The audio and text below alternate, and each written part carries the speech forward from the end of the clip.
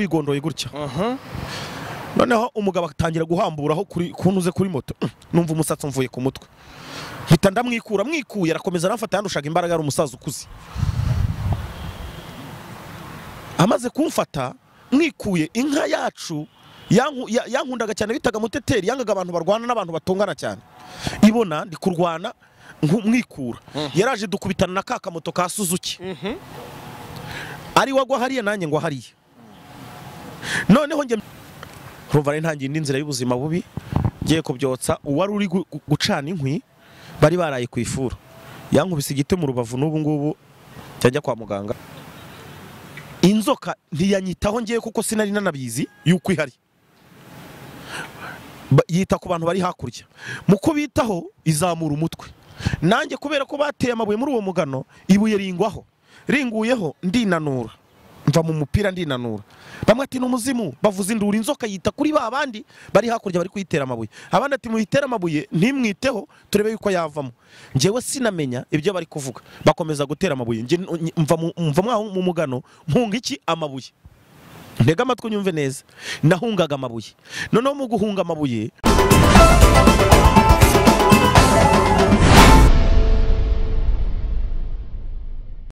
Imana y'amahoro nibane nawe kandi ugubwe neza aho uherereye hose by'umwihariko wamaze gukora subscribe kuri Philadelifia ukavuga uti nzajya mba hari umunsi ku munsi tukwifurije kugirirwa neza n'Imana mu byo ukora byose mu kazi ka buri munsi ukuboko kwiza kw'Imana kubane nawe nkuko bisanzwe rero tugira abavuga butumwa benshi n'abapasiteri batandukanye abaduhugura abatuganiza ijambo ry'Imana ni nabwo kandi kuri kamera muhabona umugabo ntabwo ndaza kumuvuga abantu benshi mushobora kuba atari ubwa mbere mumubonye kuko ni umugabo wakoze ibikorwa byinshi muri iki gihugu cy'u Rwanda ndetse no hanze yacyo abantu benshi bashobora kuba basanzwe bamubona cyangwa basanzwe bamuzi ariko munyemerere muhe mwakire hanyuma yibwira abadukurikiye tuze no gukomeza tuganira icyo Nyagasani Umwami Imana ashyize ku mutima we kubwira abanyarwanda.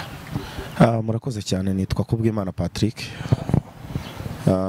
ndi umuhanuzi w'Imana cyangwa se umwana w'Imana ntabwo ndibuze kuvuga abakozi kuko hari igihe kigiye kigera umukozi agahembwa agataha ariko iyo uri mu rugo kwa so witwa umwana rero nshimiye Imana ko nakiriwe hano kuri Philadelifia Imana ikomeze kubaha umugisha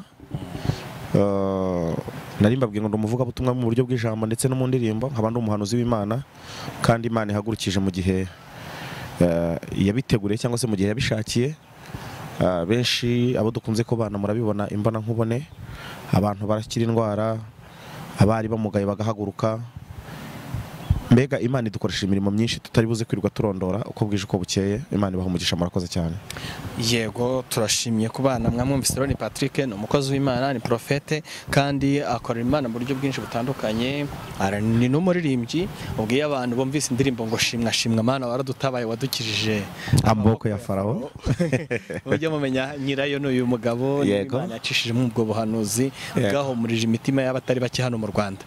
Dushimiye Imana rero reka tumusabe atangire asengera imitima yose igiye kubana natwe kugira ngo ibuhoke ifunguke ikirere cy'ijuru gikinguke hanyuma twumve icyo Umwami Imana ashyize ku mutima wawe ni karibu mu izina rya Yesu Kristo umwana w'intama w'Imana wabambwe ku musaraba tukabamburwa turagushimiye muri aka kanya muri iki gitondo cyera cy'umugisha cy'uyu munsi ndizera ndashidikanya ko ibyo mvuze Uwiteka Imana igira neza ari ibintu biturutse mu kanwa kanjye kuko uri Imana idahemuka uri Imana itabaraho bikomeye uri Imana yumva gusenga uri Imana ibohora cyane narabibonye mbona nkubone aka kanya ngiye kuvugana n'imitima y'abanyarwanda cyangwa se imitima y'abatuye isi unyemerere Uwiteka Imana ikomeye uhagararane nanjye ibyo mvuga ntaba ari nge ahubwo izina ryawe rikomeze guhabwa icyubahiro uracyari Imana rivuga bikaba uracyari Imana itegeka bigakomera izina ryawe ntirijya rihinduka uri Imana uri Imana uri Imana urakoze urakarama rero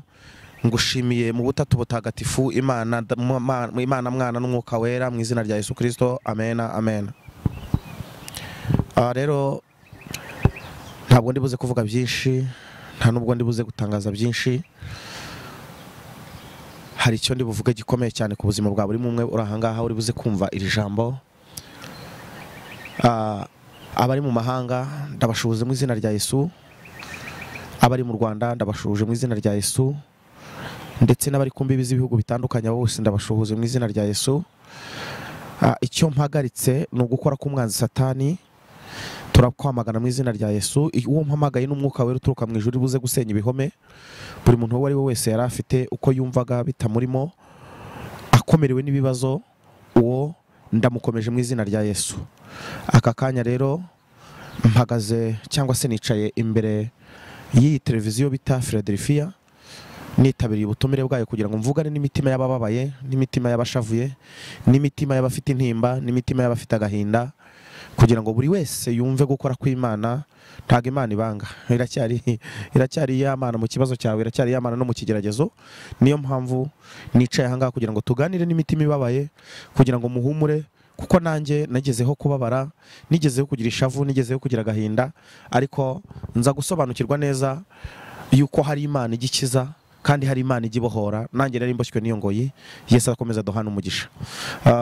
Hanyuma tugiye gusoma ijambo riboneka muri Esiteri ibice 10. Munyemerere tugiye gusoma ijambo riboneka muri Esiteri ibice 10, umurongo waho no guhera kuwa mbere kugera kuwa gatatu. Aho uri wandike. Nyakunda kubwira abantu ngo niba utwaye imodoka, hagarara wumve icyo umwuka abwira amatorero. Nimba uragenda mu muhanda, hagarara aho ugeze. Nimba wicaye, tega amatwi wumve ubeho. Niba uryamye, tuza umutima wumve icyo Imana igushakaho. Aka kanya ni isaha tugiye kwakiramo ubuhanuzi, n'abakeneye ubuhamya barabwumva ndetse n'ijambo baraza kuryumva. Kandi nuza kubona nkoze ku maso yanjye ahari hari icyo Imana irabimbwiye. Kandi wibuke neza ko iyo ndimo ndavuga Imana neza, mba nkurura ubwiza bw'Imana, nkongera nkarira kandi nkabwira Imana nti ngarutse imbere yawe. Ni njye wa mugabo wari urushye kandi mbabaye, ni njye wa mugabo wari ufite amarira, ni njye wa mugabo wari ufite agahinda, ni njye wa mugabo utari ufite ababyeyi, ni njye wa mugabo uje imbere yawe kugushakiraho umunezero n'ibyishimo. Nawe rero ukore ku mutima wawe ubwira Imana ngo ni njye wa mugore, ni njye wa mugabo, ni njye wa musore, ni njye wa mukobwa. Yesu aduhana umugisha. Dusomera iryo jambo muvandimwe nshuti dukunda, riboneka muri Esiteri ibice 10, umurongo waho ni uwa mbere kugera ku murongo waho wa gatatu. Udusomere kugira ngo buri muntu ari we wese yumve impuguro ndetse n'impanuro, kugira ngo nawe yongere atabarwe. Twatangiye tuvuga amagambo akomeye, bambwira ngo ni wa mugabo waririmbaga indirimbo ivuga ngo shimwa Mana waradutabaye dukiza amaboko ya Farawo. Farawo yaba inzara ufite, Farawo yaba ikigeragezo ugenda maranye igihe, Farawo yaba ideni rikubuza amahoro, Farawo yaba agahinda kakumazeho iminsi. Ndagira ngo nkubwire ngo muri iyi si turimo ni isi ikorerwamo ibyaha, ni isi imeze nk'uruganda, ariko Imana itabara, Imana yumva, Imana itanga amahoro, Imana itanga ibyishimo. Nawe ikugereho iguhindurira amateka, kugira ngo buri wese abimenye ko hari Imana wahuye nayo, hari uwo wahuye nawe, hari uguhinduriye ubuzima, kubera ko Farawo yamaze kuva mu buzima bwawe. Imana ishimwe cyane. Dusomere muri Esiteri ibice 10, murongo waho n'uwa mbere ugere ku murongo wa gatatu. Urasoma uwa mbere n'uwa kabiri n'uwa gatatu gusa.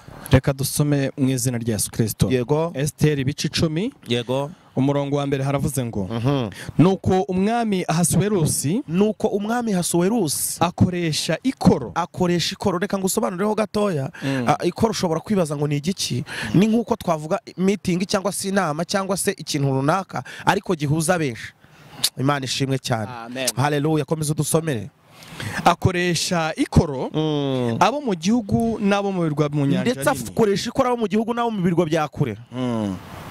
Ariko ibyo yakoreshaga ububasha bwe n'imbaraga ze zose. Yakoreshaga ububasha bwe ndetse n'imbaraga ze zose.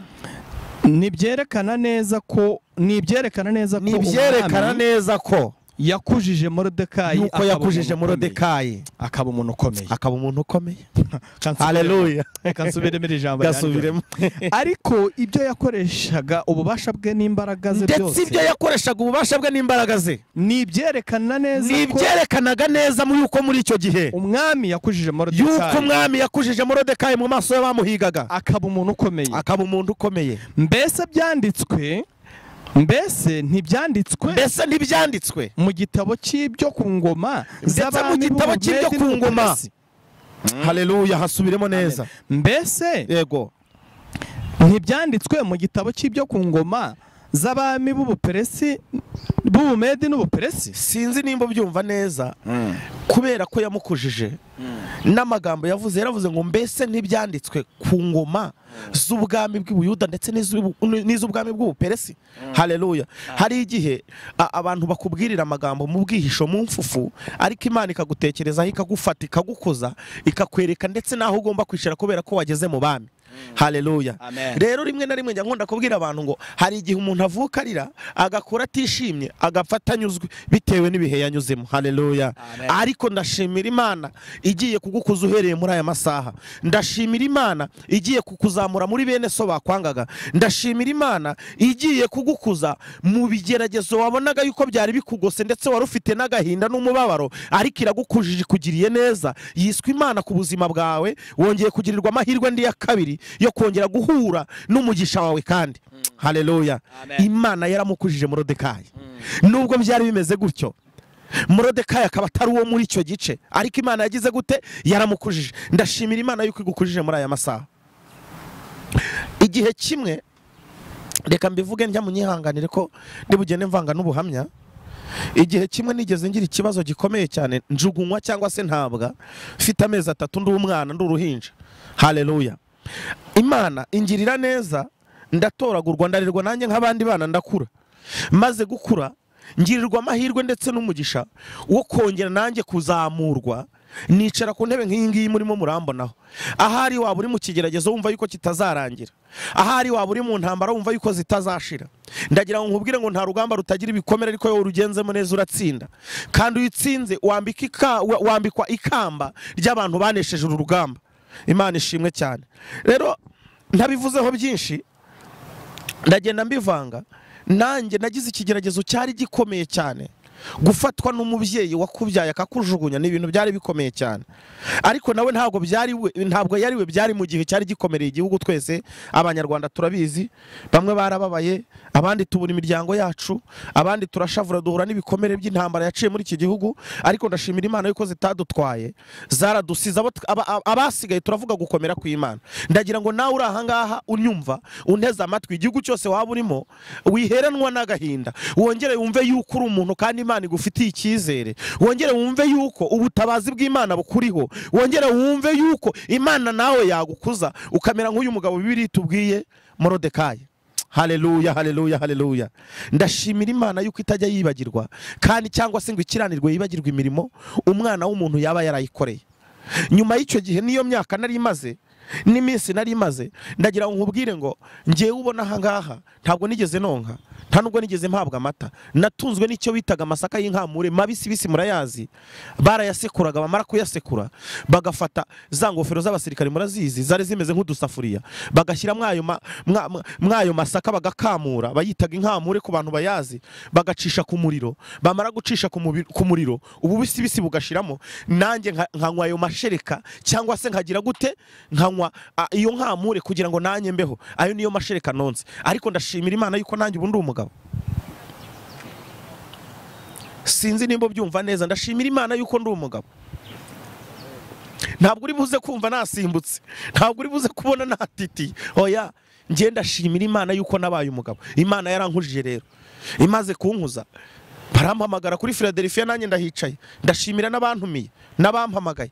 Reka tuvuge Yesu neza, azatugororera kandi azatuzamura mu maso y'abaduhiga. Imana ishimwe cyane.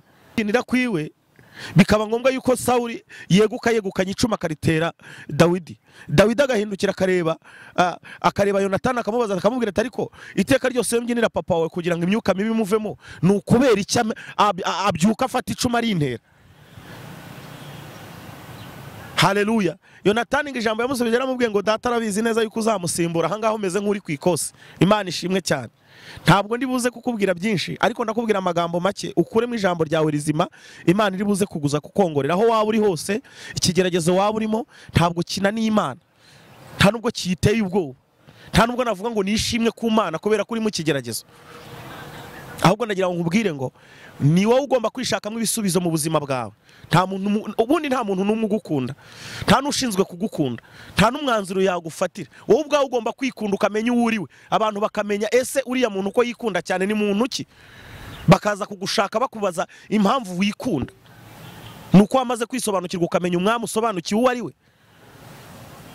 Imana ishimwe cyane. Ndashimira Imana igitabara, ndashimira Imana igidukuraho imivumo twavumwe, ndashimira Imana igidukuraho amagambo y'ibitutsi twatutswe. Haleluya, haleluya. Ndashimira Imana nziza, Imana yumva kandi Imana igitabara. Komeza udusomere. Twatugeze ku murongo waho wa kabiri, warugeze ku wa gatatu. Yego, dusomere ku murongo waho wa gatatu. Asigaye tuvuga Imana, tubwire abantu Imana yadutabaye. Umurongo wa gatatu haravuze ngo, yego, kuko uwo muyuda Moridekayi, yari uwa kabiri ku mwami Ahasuwerusi, kandi yari akomeye mu Bayuda, agashimwa na bene se, uko bangana bose, agashakira ubwoko bwabo ibyiza.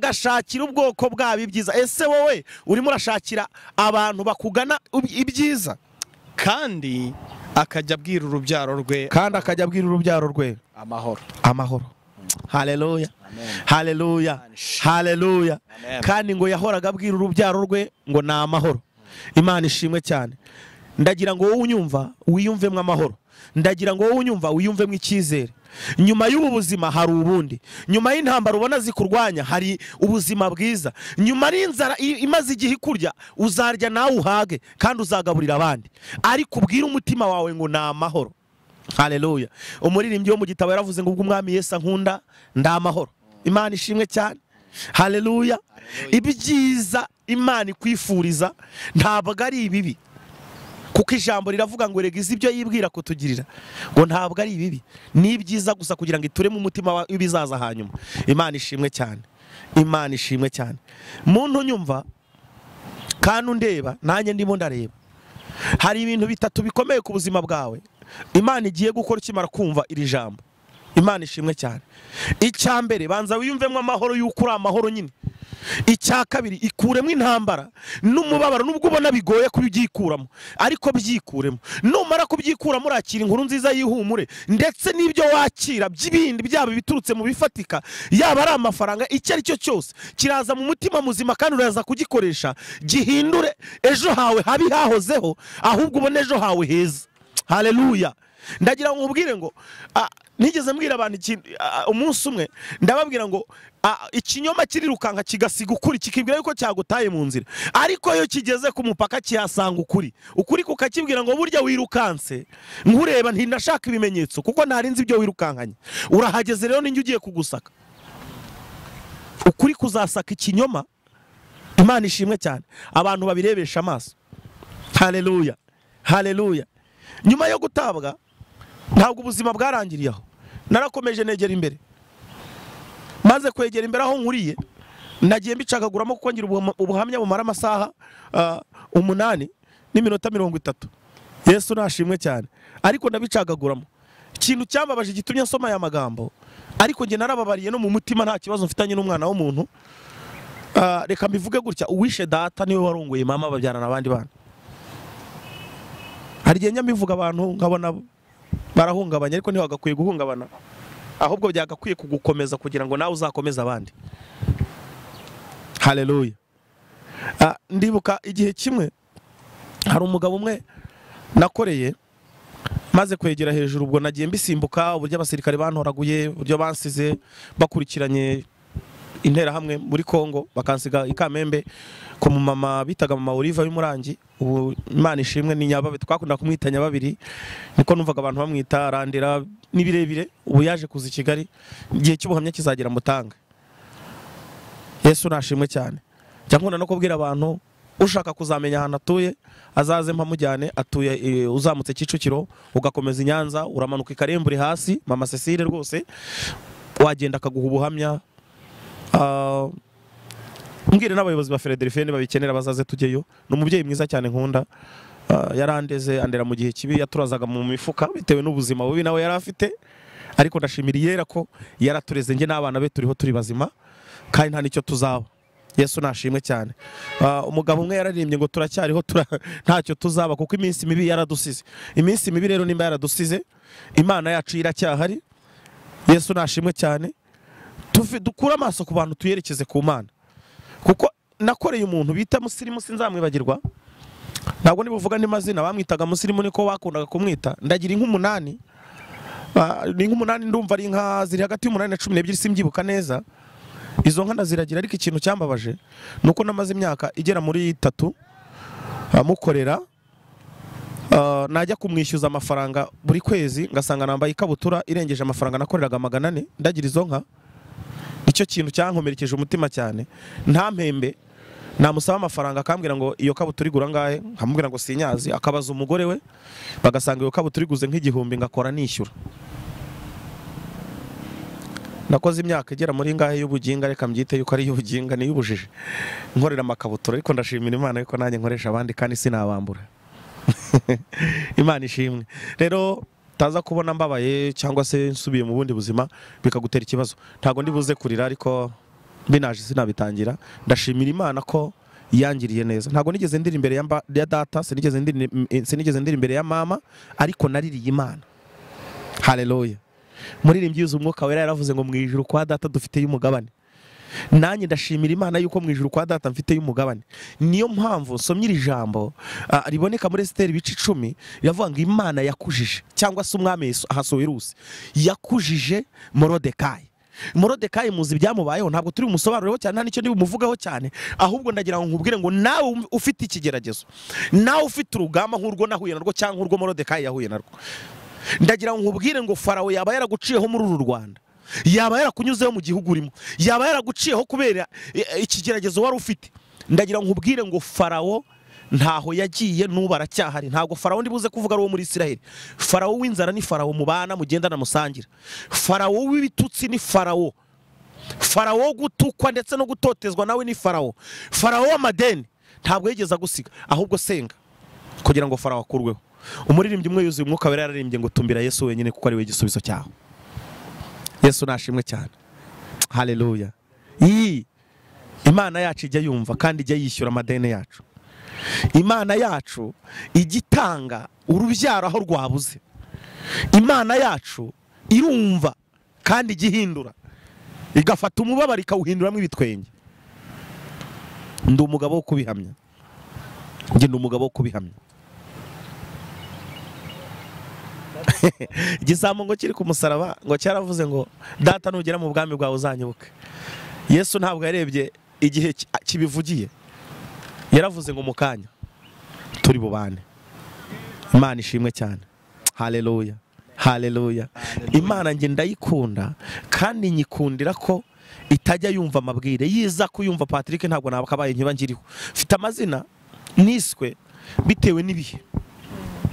Haleluya. Mfite amazina niswe bitewe n'ibihe. Mfite n'ibitutsi natutswe bitewe n'iminsi. Ariko nyuma y'ibihe bibi hajya haza ibihe by'umunezero. Yesu nashimwe cyane. Haleluya. Haleluya. Imana igiye kubakuza mu byo mwabonaga byose. Imana igiye kubakuza. Mukanya nari mbabwiye ijambo rivuga ngo umuntu avuka arira,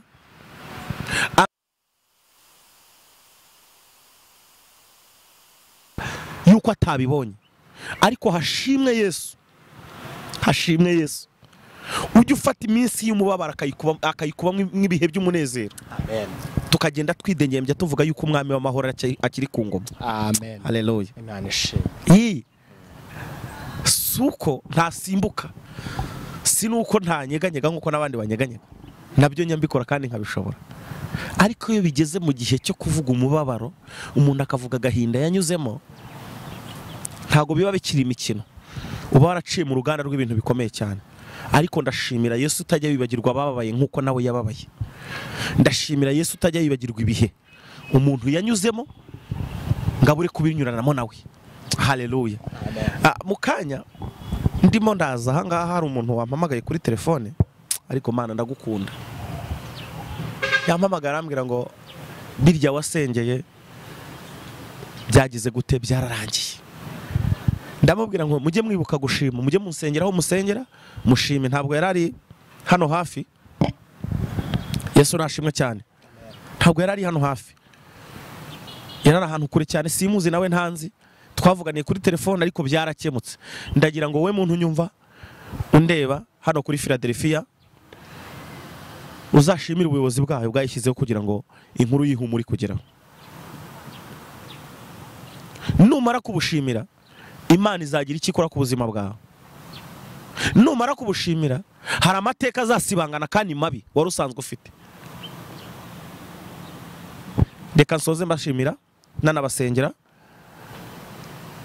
kugira ngo Imana igire icyo ikora ku buzima bwanyu, kandi ndabizi neza ko bazongera bakantumira kandi tuzongera tuganire, kandi noneho tuzaganira birengeje ibi ngibi uko tuganira. Rero yuko ducika hari akantu wagezeho numva rwose ntago waducika gutyo. Urumva nyuma yuko utawe ugatabwa bakaguta icyangugu, wageze ikigarute ko tukubona umeze neza uyu munsi, urimo uravuga Imana ukavuga imirimo n'ibitangaza byo gukora kw'Imana. Ese mu by'ukuri wageze ikigarute, Imana yaje guhindura amateka gute? Byibuze uko motozo akantu gato buryo Imana yahinduye ubuzima ukaza kuba umugabo nawe ufite urugo. Ese ubundi umwana wajugunywe atagira se na nyina agira urugo atagira umuryango ati?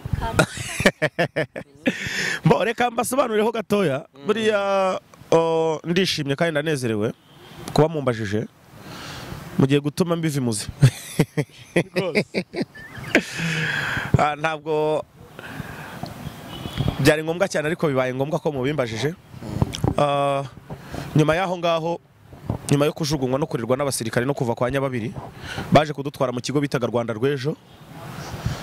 Bafataga abana mu mihanda kuko byageze aho negera hejuru ngera mu myaka 8, 7, 10 kugarukira aho ngaho. Njyaho bita Kamembe mu isoko, kuba hazi ni Cyangugu, hari indagara cyangwa se z'umucanga sinzi uko nazisobanura. Izo ndagara tukajya tuzitoranya babiri, nawe uburyo yadutungagamo bwari uburyo bukomeye kandi bugoye. Yacuruzaga ikintu bitaga hari ubuntuze bwazaga mu mashashi bashyiraga mu macupa cyangwa mu tujerekani bitaga ngo ni super deep ku babuzi. Yarabucuruzaga abantu baturutse za Nyakabuye, za Nyakarenzo n'abakongomani bakaza bakabugura. Kamwe yakagurishaga amafaranga 5, natwe tukajya gutora indagara kuntuze ku modoka tukazizana, tugasanga yabonye amafaranga y'ubugari, tugatwara za ndagara z'umunyu nako z'umucanga. Twarangiza kuzitwara, izo ndagara akaba arizo zidutunga, nabyo bitagira amavuta. Noneho nza kugera igihe ndamucika. Tumaze kumucika, tubutwana two tubobo baradufata, batujyana mu kigo cyitwaga Rwanda rw'ejo. Urumva badufatiye ku modoka turi gutora indagara, sinzabyibagirwa. Batujyanye mu kigo bitaga Rwanda rw'ejo. Icyo kigo bitaga Rwanda rw'ejo kiraturera. Nyuma yaho kiza kurangira kimaze imyaka 3 narigaga.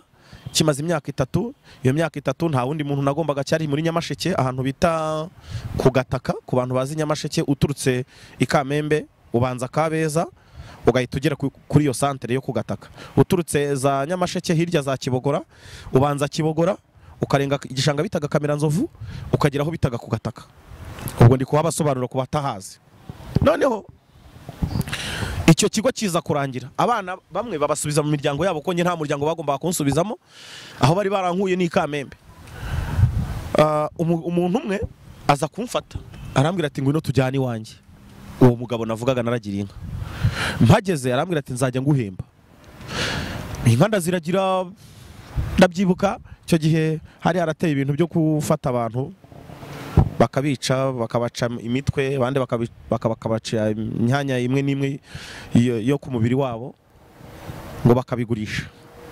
Umugabo bitaga Sebujangwe, nimba kinariho ntago mbizi, yari afite moto ya Suzuki. Imana yarandengeye. Ngo yicaga abantu, nge ntabyo narinzi, nta nubwo byanandebaga. Arampamagara, yaparitse moto ku ishyamba rya Nyirarusatsi. Kuba hazi ni ku muhanda ujya kwishara, ahantu bubatse hoteli y'umugabo bita Alphonse w'umukire cyane i Nyamasheke. Noneho arampamagara ati ngwino hano, nari ndagiye inka, ndaza ndamwegera. Tukaba twari dufite inka twitaga Muteteri, yankundaga cyane.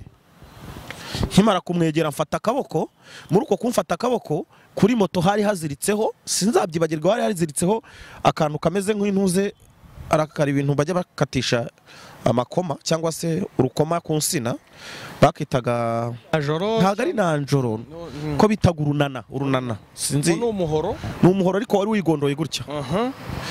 Noneho umugabo atangira guhamburaho kuntuze kuri moto, numva umusatsi mvuye ku mutwe. Mpita mwikuye, arakomeza aramfata, yandushaga imbaraga, ari umusaza ukuze. amaze kumfata mwikuye inka yacu yankundaga cyane bitaga Muteteri, yangaga abantu barwana n'abantu batongana cyane, ibona ndi kurwana mwikura, yaraje dukubitana na ka kamoto ka Suzuki, ari wagwa hariya nanjye ngo hariya, noneho njye mbyuka nirukanka, njye imbere Muteteri nayo injye inyuma, inka zose nari ndageze nyirukankaho, mba ndurokotse gutyo, njye narokotse impfu nyinshi inshuti yanjye, bigiye gutuma mvuga ibintu byinshi kandi wayabivuga ntabwo byari ngombwa. Imana irokora umuntu igakoresha n'inka ntabwo byari ngombwa ariko ndabivuga. Rero nubona mvuga Yesu neza nkamuvuga uko mbishobojwe ntibizakubabaze, buriya nirinze gusimbagurika cyane kubera ko ninjiye mu bintu by'ubuhamya mwabisabye, reka mbivuge, yenda hari n'abandi bameze nkanjye bahita bakira simbizi. Ubwo ndazamutse ngeze mu rugo mbatekereje uko bimeze, maze kubibatekereza ngo nukubera ikingwa inka ngo tazegera bambwira nabi, ariko ndatuza. Bari abantu nabo navuga ngo reka mvuge yuko badashimishije, aba ariko mbyita kuko ntabwo bari abantu beza. Ndibuka ko banatekaga inyama bakampa ibijumba, harya ibijumba navoka njye nabyo byarandese, ariko Imana ibaha umugisha nimba bakenariho. Rero nza kuza rimwe, ubwo uwo mugabo nsimbuka urupfu rwe gutyo, ariko Satani akomeza kungendaho. Muri uko gukomeza kungendaho Satani mbivamo, nkomeza kuragira izo nka z'uwo mugabo, igihe kiza kugera njya kuragira ahantu bita Nyamasheke, abantu barahazi ku ishyamba ryo kwa Padiri, bari bafite ibyatsi bitaga teresekumu n'urubingo. Ndagenda njya ku kivo, urumva umwana utararyaga, njya ku kivo njyana y'inka, maze kujyayo nkajya mfata indagara murazireba zo mu kivo, nkakoza ku ikarano zitanahiye ngahita ndya. Nza kurwara icyo bitaga korera cyangwa se macinya nimba mubizi, maze kuyirwara ndazamuka ndagiye inka mu nda harandya, ngeze kwa Padiri haruguru neza imbaraga ziracika, mpita ndyama mu byatsi aho ngaho. Ubwo niko ndi kuruka, niko ndi gukora ibyepfo yongiyeho cyangwa se reka mbyite ku kwituma, inka ziragenda zijya kona, zigiye kurya bwa bwatsi bwa Padiri, kumbi niho gutabarwa kwanjye kuzaturuka. Padiri aramanuka areba inka kuntu ziri kumurira ubwatsi, arazifata, ariko mu kuzifata abona urusazi rwinshi ku byatsi hejuru, amanuka yerekeraho urusazi ruri, asanga ni njye warutse, ni njye waneye kubera kurwara iki korera. Baranterura banjyana mu hariya ko Kabezi Nyamasheke ku bitaro bya Nyamasheke. Bamaze kuhanjyana ndabyibuka batumye hari umupapa wahaje bitaga n'umupasiteri wo mu Methodiste Libre bitaga Rwamikizi, sinzamwibagirwa, aravuga ati ariko uyu mwana ndabona asa n'umugabo wishe witwaga gutya na gutya, abivugira mu bitaro. Urwo ni urupfu rwa kabiri ndi kukubwira.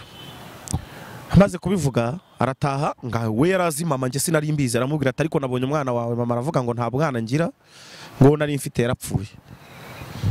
Mba muri ubwo buzima buteye butyo. Ubwo narwariye Nyamasheke, ndumva nararwariyeyo ibyumweru bibiri, baza kuntwarayo, baje kuntwara Padiri arishyura, ndataha. Ntashye nsubiye ahandi baranyirukanya kwa nyirinka. Nyirinka nyirukanya aravuga ati wowe Padiri yaduciye amafaranga, urangije urirwaza ujya mu bitaro, we ntiyita ku kibazo nari mfite, ahubwo yita ku nka ze n'amafaranga bamuciye.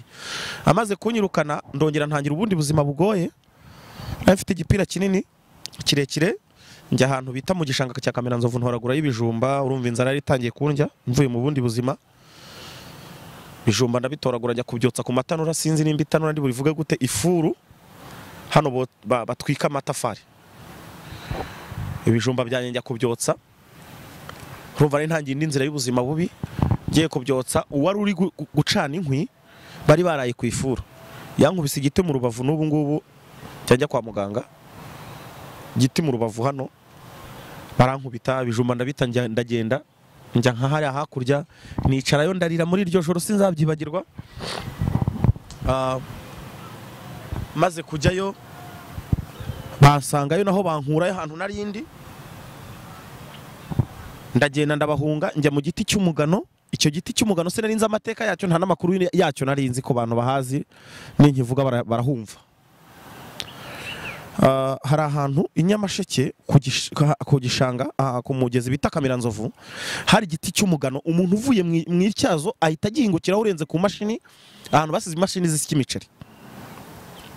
None icyo giti uwo mugano wari warakuzura gandaza ari munini ariko haba mu inzoka nini cyane. Iyo nzoka yahabaga nge ntabyo nari nzi, nta nubwo nari ishinzwe kubimenya. Icyo napfaga kwari kugira ngo mbone aho ndyama. Genda ndyama nk'aha ngaho uruhande rw'uwo mwobo w'iyo nzoka, ariko ntabizi ko ari n'umwobo hari mu ijoro. Mfata umupira wanjye ndizinga nshyiramo amaguru yanjye ndaryama ndisinzirira. Ndasinzira bukeye mu gitondo abantu ati inzoka yamuriye, abandi ati uriya ni umupfumu bari kumwe nayo. Bahanyuze bajya gutabira ibijumba, sinzi nimba babyumva. Hari n'abasangwa butaka cyangwa basigajwe inyuma n'amateka bahaciye bavuye gukura ibumba. Noneho baravuga ngo yamwishe ko tutabona umutwe, ati yamuriye. Abantu bari bazi ko iyo nzoka ihaba. Inzoka yarazamukaga mu kazuba ka mu gitondo, ikazamukamo hejuru harimo igiti cy'inturusu, ikizingiramo, yamara kwizingiramo cya giti kikigonda, none ikota akazuba. Noneho reka cya giti kizingonde kize hejuru yanjye nka metero 2. Ababonye iyo nzoka bavuza induru bakabona amaguru yanjye ariko ntibabona umutwe kuko nawusize mu mupira. Batangira kuyitera amabuye. Batangiye kuyitera amabuye, inzoka ntiyanyitaho ngiye kuko sinari nanabizi yuko ihari. Yita ku bantu bari hakurya. Mu kubitaho izamura umutwe.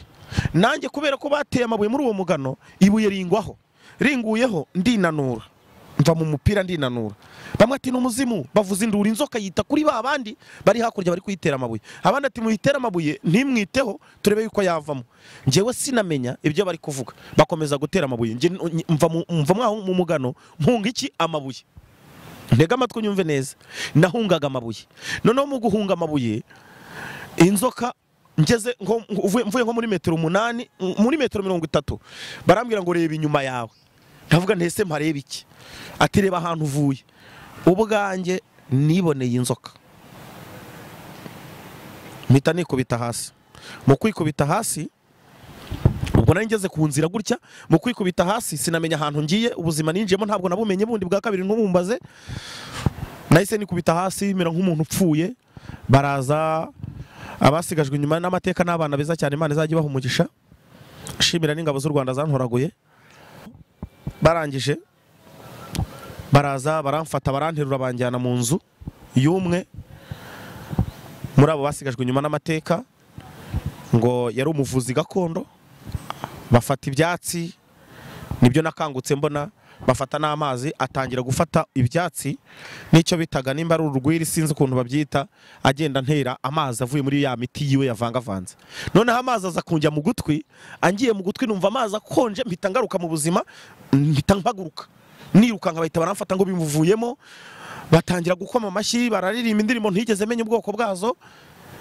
Barangije barandeka, mbona n'abantu beza ngumana nabo. Mu kugumana nabo najyaga ngiyewe njyana nabo tukajya gukura ibumba. Ntangira kujya njya gucuruza inkono ku Rwesero. Ni birebire ariko Imana yagize neza. Nta Imana itagukura, nta n'ahantu itakugeza. Bakajya bankorera inkono tukazizengurutsa mu baturage, nkagurisha, ngacyura amafaranga, nkongera ngataha mwa rwa rugo rw'aba bandi bangiriye neza bashigajwe inyuma n'amateka. Ni birebire nshatse nagarukira hano. Ariko ndashimira Imana yankuye muri ubwo buzima. Buryo nageze i Kigali, reka mbivugeho gatoya. Njya gusengera ahantu bita mu Ityazo Kibogora kuri ADPR yaho abantu bose barahazi. Ahantu bita ku Munini. Maze gusenga Imana ikajya imbwira ngo nzakugirira neza. Nkibaza ngiye bizangirira neza ndi umwana. Ubuzima mbayemo kurya ari ingume. Birancanga. Nza gusubira mvayo nsubira hahandi. Ariko noneho twarangiza gucuruza inkono tukajya gukora icyo bita kwisoma cyangwa gupagasa cyangwa se bimwe bita abakarane. Rimwe nza kujya ku Kivo nikorera ibase y'inyanya, ikibase kinini cy'imikondo 2 zavaga ahantu bitaga muri Gafunzo. Nzikoreye ngeze ruguru, inyanya zindusha imbaraga sindushije imbaraga nishingikiriza ku mukingo manura cya kibase gake gake kiranshika kikubita hasi kirameneka n'inyanya zirameneka. Baramfata babandi bazanye bamwe sinzi nimba nabita bamwe baturiraga cyangwa se batwaraga abantu mu kivu, baramfata barandoha banjugunya mu kivu ngo mpombeje umukiriya wabo.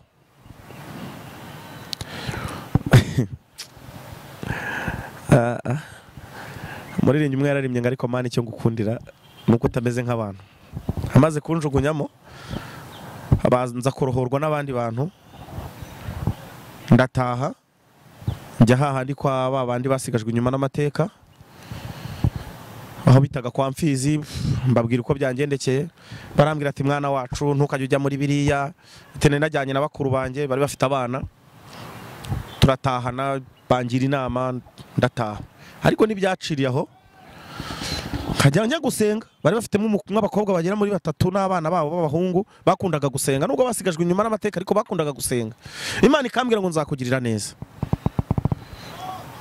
Umuntu aza n'umugabo bita Siriro aza kuvuga ngo ndashaka kuzaganira nawe, arantwara anshyira ku ruhande, amaze kuhanjyana arambwira ati rero hari umuntu ushaka umukozi wo mu rugo. Ndavuga ni nta kibazo, anjyana ku mugabo bita Aroni wo mw'Ityazo Kibogora. Ubwo ntaye aho nabaga, Aroni arankunda ndahabaye, maze kuba barambwira ati mfite umwana i Kigali ahantu bita Kimisange, ndashaka kuzakujyanayo ujye kumukorera akazi k'ubuzamu. Babonaga ndi muremure bakagira ngo ndakuze ku buryo nakora akazi k'ubuzamu. Nzi Kigali baranzana, hari ku bw'umuyobozi umwe ntari buze kuvuga izina, ko kwinjira muri Kigali byari pasiporo, niba ari pasiporo nimba ari kisimbizi, n'inzandiko nyinshi bandikaga. Twageze aho bita ku giti cy'inyoni, barambwira ati rero wowe wambaye kamambiri, wambaye n'ikabutura, bishobora kuba nabi. Hari umupira nari mfite w'amaboko tuwuca akaboko nzirika akaguru, byitwa yuko nari nje kwivuza. Tugeze habaga gare mu mujyi, ntago yabaga Nyabugogo. Umugabo turatatana turaburana, tuburanye acukwe nanjye ncukwanjye. Noneho nkumva baravuze ngo Gikondo nyenyeri sheze mu kwa Mironko. Ndavuga nti nimungeze aho muvuze. Babaranzanye bageze Gikondo nyenyeri, bageze kwa Sejemu. Ati twahageze nti hasigaye he, ati nyenyeri no kwa Mironko, nti nimungeze aho. Ya Mana itabara, mwumve ko Imana itabara. Nageze kwa Mironko basanga wa mugabo ahahagaze baje kumutega. Arantwara tujya Kimisange, nkora akazi k'ubuzamu, ariko nakoraga no gukoropa no koza imodoka. Ariko imodoka se mbizi kuyoza neza, ariko baranyerekeraga. Rimwe nza gukoropa, mudama nkubituruka amambiri, unakoropye nabi. Agije ndamureba musubizanya agahinda kenshi cyane, ndamubwira nti ntago nakurenganya kuko Uwishe data wasanga nawe urimo cyangwa ari so wanyu, ntago nakabaye meze gutya. Umutima uhita umurya arikanga, ajya mu cyumba ararira. Arize ariko birarangira araceceka, aranyihorera. Ndongera nikomeza kwirarira hanze, abajura baza kuza sasa. Ariko Imana ni nziza, baje bamanukira ahantu narindi baciye mu giti cy'ipera buriye igipangu. Bamanukiye aho narindi, bari abagabo bane rwose bari baje gutwara shofu. Ndabareka baramugenda kubera ubwoba nari mfite, nta mbaraga nari mfite zo kurwana nabo. Ndabacunga bageze kuntuze kuri ya shofu, ndagenda ndombokanurira igiti cy'umwembe cyari kiri aho ngaho, twari dufite imbwa nayo wagira ngo si n'imbwa.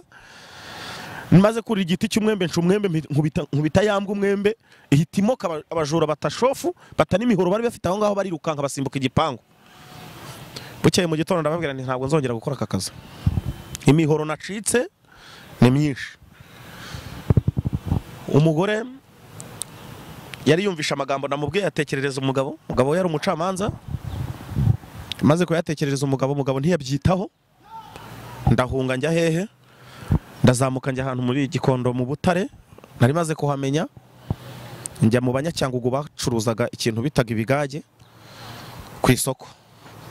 Mbagezemo barambwiye ati nta kazi gahari, ariko icyo twaguha ni ukujya utwogereza utubido kugira ngo ubone aho uba. Nkajya noza utubido yego rwose turakumva uti ubuzima burakomeza ubonye bene wanyu utangiye kugira ibuntu reka mvuge ngo uvuye ibuzimo ugeze nafashe ibigage nyine nibyo niriraga ntabwo nabura kubikubwira ibyo bita ibivuzo ariko ndashimira Yesu buri Imana ni nziza nkunda kubibwira abantu hari ukuntu umuntu areba umuntu akavuga ati ahari ubuzima bwe bwarangirira aha ngandi buzongera kubaho ariko burya Imana igifata umuntu wari usinziriye reka mvuge gutyo ikongera ikamugarura kandi babona yuko byarangiye yapfuye. Imana rero ntabwo igifata ibintu byapfuye ngaba ari byo izura ahubwo ifata ibizima kubera ko ibizi neza yuko ari bizima. Burya niyo umuntu yapfuye nge simbe hamya neza yuko abapfuye ako kanya kuko abasinzira ko hari igihe azakanguka. Rero nari ibyo bivuzo birarangira mbaho nitwa umugabo ubwo ndabisinsimbutse byinshi shaka urugo rubahura icyo ariko ndashimira Imana ko igigabanya imisonga niko nyine numva baririmba kandi nanjye ubwanjye narabibonye ko igabanya ariko ikanayikuraho. Niyo mpamvu bintera umunezero nkishima nkabona namwe nka Philadelifia mwantekereje murantumira ngahita mbona ko nta kindi gikomeye kiri inyuma ahubwo imbere yanjye ari umunezero gusa. Niyo mpamvu navuga ngo ndirimbe indirimbo yo mu gitabo niyo igimpumuriza cyane iyo ndimo ndayiririmba bivuga ngo mwijuru sinzabona yabanzi banjye ukundi nta nicyo nzabura mwijuru ry'amahoro nzashima Imana mvuza impundu ni haleluya haleluya zarambura amaboko mpimbaza umwami Yesu.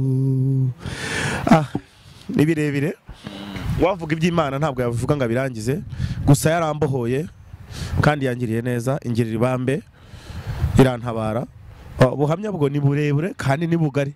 Reka duse bwawe wenda nkuko tubwiye na amasaha 8 tuzaga tugerageza tuzavugana n'umuyobozi wa Philadelifia buryo twajya tugutumira mu maseri ukagenda utubwira wenda ukuje ukatubwiraho isaha ukuje ukatubwiraho isaha cyangwa amasaha 2 nishimye kugeza ubwo abantu bazabona kugira neza kw'Imana. Ariko ngana ku musozo reka mvuge ngo hari abantu badukurikiranye nabo babana n'ibikomere, hari ibyo batewe n'amateka y'imiryango babayemo, hari ibyo batewe na ba mukase babareze, hari ibyo batewe na bene wabo, hari ibyo batewe n'ababyeyi babataye, hari n'ibyo batewe n'abavandimwe bavukana mu nda, hari n'ibyo batewe n'abo basengana mu nsengero.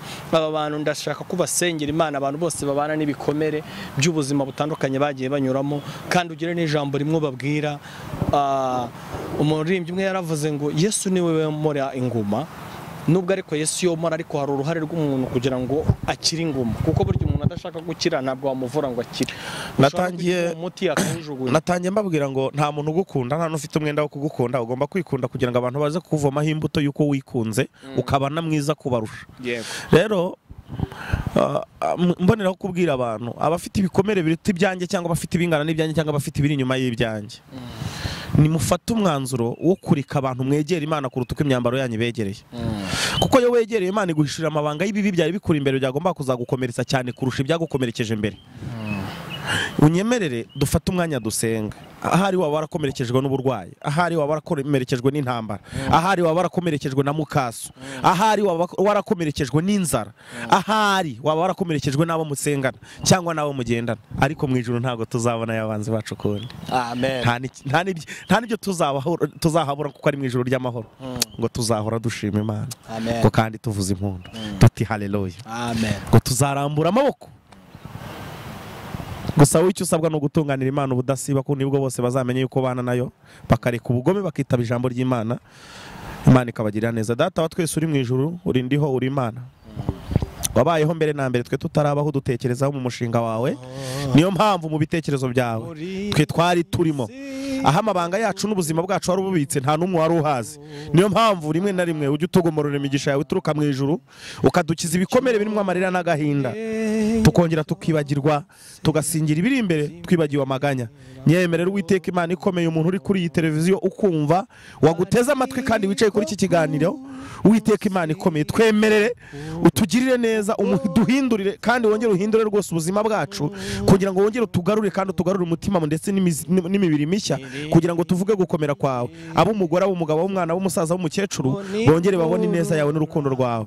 Ishimwe n'icyubahiro bikomeze kuba imbere yabo, kandi ubabere itabaza ry'ibirenge byabo mu nzira bagendamo uyu munsi, ndetse n'aho banyura, n'aho bicara, n'aho baryama. Ubemerere bakomeze kugendana nawe, bafate ukuboko, kuko baramutse bagufashe bakurekura. Ni mu izina ryawe Yesu Kristo, amen, amen, amen, amen. Amen.